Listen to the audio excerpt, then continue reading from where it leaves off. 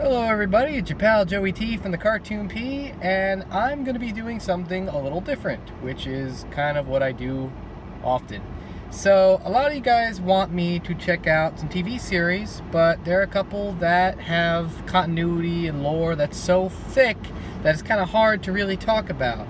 And that's where Steven Universe comes in. So, in case you guys don't know, I don't watch this show. It is very thick with lore, from what I understand. It seems like most people who talk about Steven Universe have a hard time describing Steven Universe in like one single sentence. There's like characters and magic and lore and this and that makes it really hard to focus on the darn thing. So when I saw that it was on Hulu, I thought it'd be kind of a cool experiment to just get in the show as someone who has a clear mind on this whole thing, doesn't really understand what the hype is to it, and to see what people like about it, and then give my thoughts on each episode. So hopefully each day, maybe I'll do like a daily vlog talking about a Steven Universe episode. Probably film them in bulk, and then film one each, or have one done for like each day. Talking about a specific episode. It's good to know that each one's like 11 minutes, like Adventure Time, which seems to be a current thing in most Cartoon Network shows, so it makes it easy for me to digest and talk about. So with our first episode of Steven Universe, we find out that there's a little boy, who has this magic belly button, and people know about the magic belly button. So it's not like Spider-Man, where he's got an alter ego.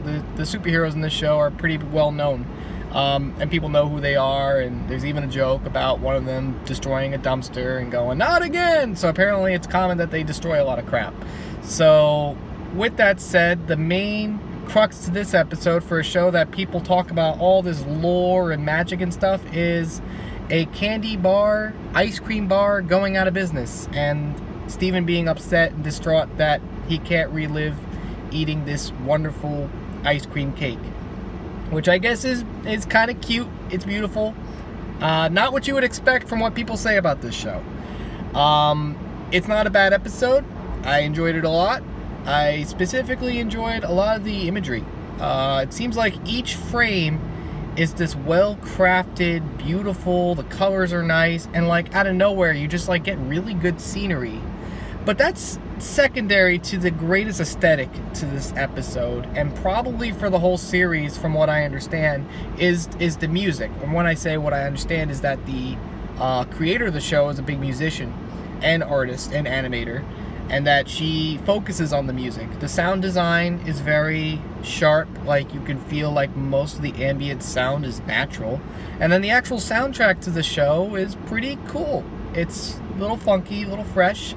That's actually one of the notes I wrote down, was that it's funky fresh. Speaking of which, there were some things in it that I kind of cringed at. Maybe it gets better over time, but maybe it's just a Cartoon Network thing.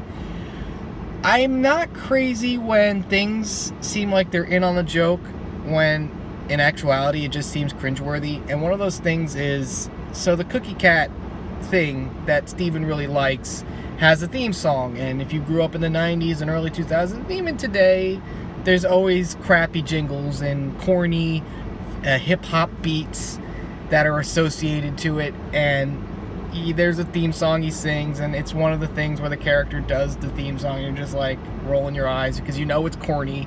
The characters know it's corny, but they're having fun with it.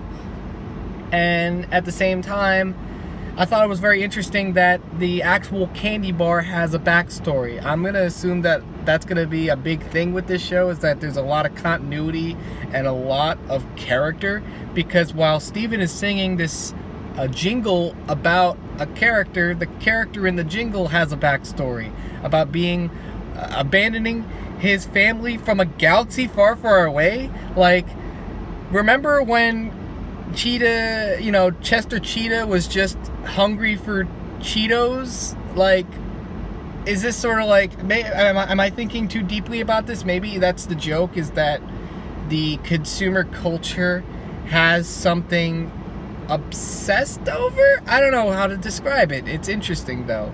I wouldn't say it's a criticism, but I just think it's an interesting note. Maybe that's the intention of it, but who knows? As far as the characters go, I get this Kung Fu Panda vibe, where you got the main character who's supposed to be the student to these other three characters who are like the heroes, each special in their own unique way. Pearl is the know-it-all who seems to be more thoughtful, and I wouldn't say pacifist, because they're all action heroes, so they all do action stuff and they all fight stuff, so there's no passivism, but she seems to be like the most passive and thoughtful. I guess thoughtful would be the best word to describe her. She seems to be the most thoughtful character amongst the other characters. The purple one, I think her name is Amethyst. I don't know how to say it for the life of me. And she's got the whip, but she seems to be more blunt and more aggressive. Like, there's the joke that when the candy bar, ice cream bar, goes out of business, she says that she stole all the ice cream bars, which then the other girl I was talking about, Pearl, was like, no, I paid for it, and then she's like, nah, I just stole that crap, sort of deal. And then you got the one, I guess, who's just like right in the middle between the two, but it's kind of like the blunt, short-term person. I think her name is Garnet, who is more to the point and more blunt. She's thoughtful, but she's also action-packed, so she's kind of like the two in between that, which I think is interesting. It's kind of cool when you've got the three character dynamics. Because it's funny, because I was thinking about Ed, Ed, and Eddie. It's the farthest thing you can think about, Ed, Ed, and Eddie. Maybe more like the Powerpuff Girls. I'll say that there is a dorky aspect to this show, right? That I think I could see why a lot of people like it, which is that there is a dorky aspect to it, like the action, right? There's even like a cue that takes from Pokemon. Like, I'm pretty positive you can actually pinpoint and name the sound effect they use. The character even turns into a Pokeball or something that looks like a Pokeball, which is very nerdy. I could see that being an appeal for a lot of people. But I wouldn't say that's the main focus of the show. I would imagine that there's something else to it. But who knows? I'll find out. I'm positive that this show will get better. I'll say, as far as the first episodes goes, it's pretty good. Like I said, a lot of pros. So there's a lot of things that'll keep me going into this. So we'll see where this journey will lead me. Thank you for watching. Feel free to subscribe. Comment below. Let me know what you think. It's always fun hearing your opinions. Take care, y'all.